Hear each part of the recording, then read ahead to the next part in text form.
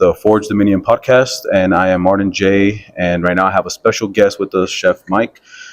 Thank you for today, brother. I appreciate you letting me come out here and interview and as well as review the food as well. Like I said, it's only like 15, 20 minutes. It's not going to take long, but I will be on Spotify and TikTok. So, Chef, what is it? As I was a restaurant manager at Cork and Pig for 4 years. Okay. I worked alongside a lot of good chefs as well. And what is it that brought you to the culinary industry? Because you are the director of Odessa College here for the culinary department, right? Yes, I am the executive director of Culinary and of the Ranger Kitchen, where we sit today. And so what got me inspired into coming into the culinary world was I was like everybody else that grew up out here. You know, I ate, bad. Ate, asado, chili verde, brisket, barbecue, Chinese, whatever we had out here. And as someone who's diabetic, I had developed it in 2003 and kind of went through the process of anybody that, gets that news that they're diabetic. And so kind of my ups and downs, went through the battle like everybody else. And you fast forward to 2020, I was taking 3 different insulin pens, 2 different pills. Oh, wow. And my sugars were still out of whack, just out of control. And I ended up getting, believe it or not, an ingrown hair that it almost killed me. It became so bad that I became septic and ended up in the hospital. Had emergency surgery. And when I was getting out, they had told me, you're going to have to fix your diabetes or this ain't going to be good for you. So I had taken a class that they had over at the West Campus in Midland at that time about diabetes. And so it was very basic. They kind of introduced me to the plant-based world and stuff. And at the time, COVID was still hot and heavy, so things were closed. So I didn't really get a chance to actually see my results as they were happening. 2020, because it was a 3-month program, I was completely off all my medications. And I had lost at that particular time 40 pounds. Didn't realize it until after I was done. And then it still didn't hit me what I had done.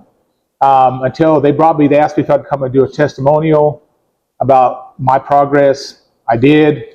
And then next thing you know, about a year later, I was so blown away about it because I did this at 50 years old. Uh-huh. And, I'm not rich. I don't have somebody in my kitchen cooking for me. I shop at the same stores everybody else does here. And so I was just so blown away about it that I felt like I had a calling, that I had to let other diabetics know that's possible. You don't have to live with that disease forever. So I first went back to school, became a certified health coach. I felt like that wasn't enough. I wasn't reaching enough people. So it took me a little while, and I finally found the culinary school that I went to and graduated from, which is Escoffier, and they had a plant-based program. And so that's kind of what led me down that path to where, we're going into 2026, and I'm still over 100-pound weight loss, and I still am medicine-free from diabetes. And so that's kind of what took me down the culinary path. Oh, so it wasn't like was it a dream of yours from like when you were little, or you kind of just? Well, I mean, I was like everybody else. Your first job was always in the kitchen. Yeah. And I loved cooking. You know what I mean? But we live out here in Oilfield country. Yeah. I had a son at a young age. I did like any man should. Got a job because I had to take care of him. So you were born here? Yes, I was born and raised. Oh man, I was born and raised. Well, I was born and raised in Hobbs, brother man. But I moved over here in. You good? You good? Yeah, you can bring it. You all right? So I moved over here. I always came over here growing up and everything, and so we ended up. I ended up moving over here. All right. And thank you, Chef. I consider being here. I consider myself from here now because I've been here. Are we gonna eat this together? No. That's for you to try. Oh, dude, that's a lot. Yeah. Okay, let's try it. Okay. It looks amazing. And so, thank you very much, boss. I've been here so Chef, long that I consider myself from Midland. And then I ended up, a few months after graduation, I came here for an interview and ended up getting the department chair job And then last year, before the end of the school year, I was asked if I wanted to become the director, and I took it. So that's how I ended up in culinary. Dang, dude. So it was kind of like my message has been since then was food can kill you or food can heal you. Oof. It depends on how you want to approach it. I'm feeling pretty healed right now.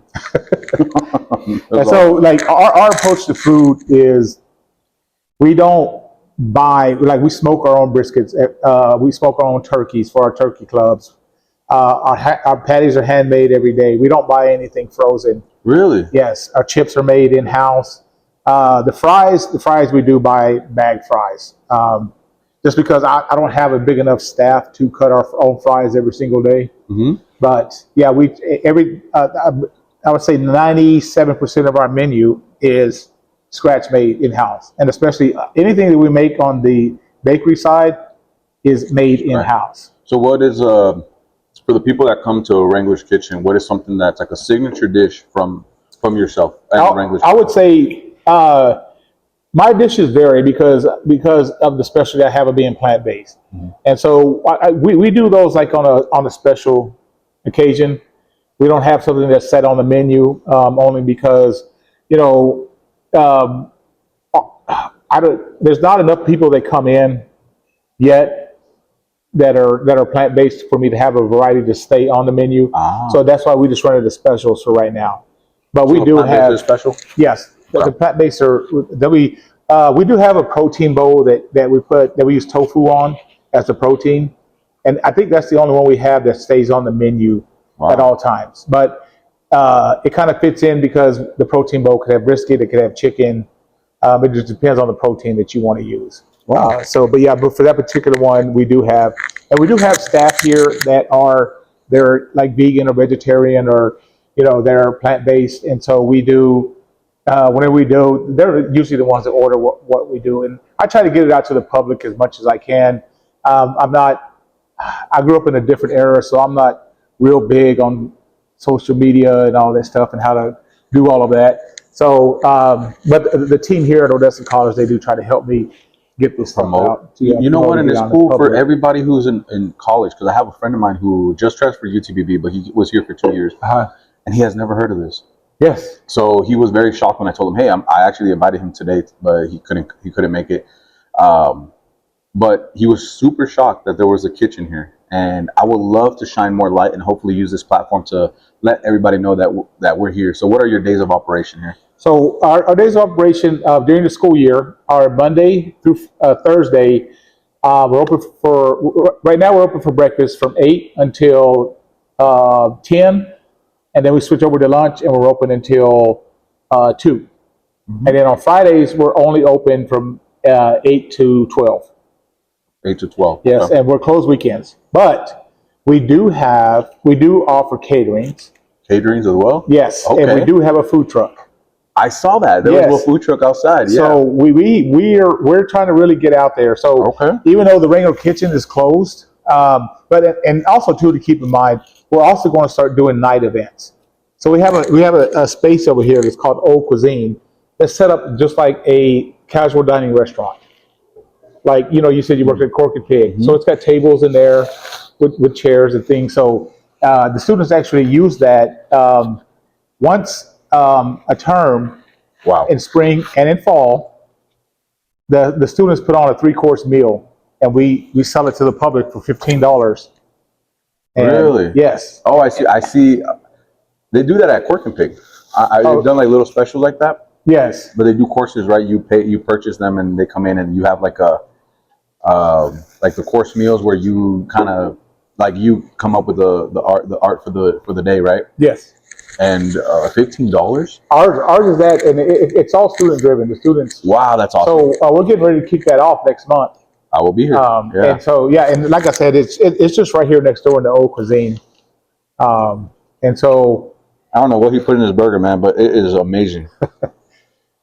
Appreciate that. So that's one of our signature burgers. That one and the Bull Rider. The Bull Rider of course got the fresh ground beef. It's got brisket, barbecue sauce, and then little fried onion strings on it. And so those two are our most popular. Yeah, this is really, really good burger that we do. So getting into culinary, growing up in Odessa, was there a challenge being from here, raising from here? Because you don't hear, you know what, there is a lot of great chefs here though. There is yourself. I know Chef Alejandro, who owns Curbside Bistro. My friend Joel, who runs the kitchen of Cork and Pig. Was there a challenge for you growing up here, becoming a chef, or did you feel supported throughout your career? No, I've always felt supported throughout my career. I didn't. I kind of just took a different route. Like Chef Alejandro, he graduated here. Oh, really? Yes. What? I didn't know that. Yes, he graduated from here, and so that's what my goal was when I came. I wanted to bring back the respect that this culinary program had when he came here. Because at one time, Odessa College was a respectable culinary program. And so that's been my goal ever since I came here, was to bring that shine back to the culinary part, the culinary industry here, and let people know, hey, we're putting out some qualified young graduated cooks. I'll call them chef cooks until they earn that title in the field. And so that's what we're currently doing with the program. I've revamped it. How does one earn that title? By leadership. So you ask a lot of chefs, there's a lot of different meanings. To me, whenever you can come in and when you can lead a team that provides excellent food, right, you become a chef. I tell all our students, the further you go up the chain, the further you get away from food. So when you become a chef, not only do you have to know how to cook, understand recipes, how to put them together, how to present them, but you have to understand your numbers. Okay, we all know somebody that can blow your mind with cooking, and they try to open an establishment. They don't understand the numbers, and they fail. And that's one of the big reasons why. Wow. And so that's what separates, going to culinary school versus not, unless you just grew up. Like, I know some people that their families had restaurants their whole life. They never went to school, very successful, but that's because they understood their numbers. And so I think that, to me, that's what separates, So knowing a little bit about the restaurant, when now, number one, for anybody that's interested in becoming a chef, you guys offer financial aid? Yes, but financial aid is offered here. I think they do like a Wrangler Promise. That's awesome. I'm not for sure. I don't deal with the registration part of it, but I know financial aid is offered here. They have a lot of excellent programs, and a lot of people may know this. I don't know, maybe not so many people on your platform, but Odessa College, believe it or not, is one of the top ranked junior colleges in the nation. Really? Yes, you can go and you can look in the main building up there, or the admin building, and you can see every single award Odessa College has gotten. Wow. We just got one last year. Last year we set a record enrollment of over 10,000 students. And so we are a dual credit college as well. So we teach high school. So some of our, like right now in the back, we have a class going that's ECISD. And so they graduate with a degree in culinary. Wow. Or welding, or nursing, carpentry. They learn how to build houses. What else do we have? Auto tech, and then health and safety. So there's a whole variety of opportunities here. Wow. Okay. Yes. So becoming a chef, now what drove you in here, is it safe to say, was the diabetes that you had before? Now for someone who's diabetic, what would you said something earlier that struck me, that you don't have to live with that disease. Yeah. Can you elaborate a little bit on that? Yeah. So, I mean, whenever you get diabetes, you're kind of told, and this has been confirmed by a couple of doctors, right, that I know personally.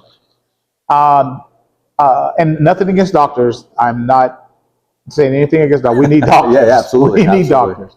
But so when you go to the doctor, they're taught just to treat the symptoms, not the underlying issue, right? And so a lot of people think that diabetes is a sugar disease. I don't eat a lot of sugar. I don't eat a lot of candy. What they fail to realize is it's a carb disease. Carb. Yes. Carbs turn into simple sugar the minute they hit your intestines. This is amazing, bro. What is this again? Pumpkin tres leches cake. Oh man. And every week we have a cake of the week. Really? Yes. That's and I'm telling you, everything we make is homemade. Okay, so it's safe to say that if I eat this, I won't get diabetes. I'm not going to say that. But you know what? We do offer plant-based, sugar-free options as well. So we make a cheesecake that I don't have any right now. We made some about 2 weeks ago, but I would invite you to come back and try it. Wow. Most people will tell you they can't tell the difference. So touching on the plant-based, for anybody who's diabetic and watching, is plant-based safer option and healthier option for someone that's diabetic that wants to keep it more healthier for themselves? 100%. Okay. You, whenever you think about it, the more nutrients, and I hear the word protein kicked around a lot. Yes. Okay. So, and you do need protein. Okay. But when you're fighting a disease, whether it's cancer, high cholesterol, diabetes, I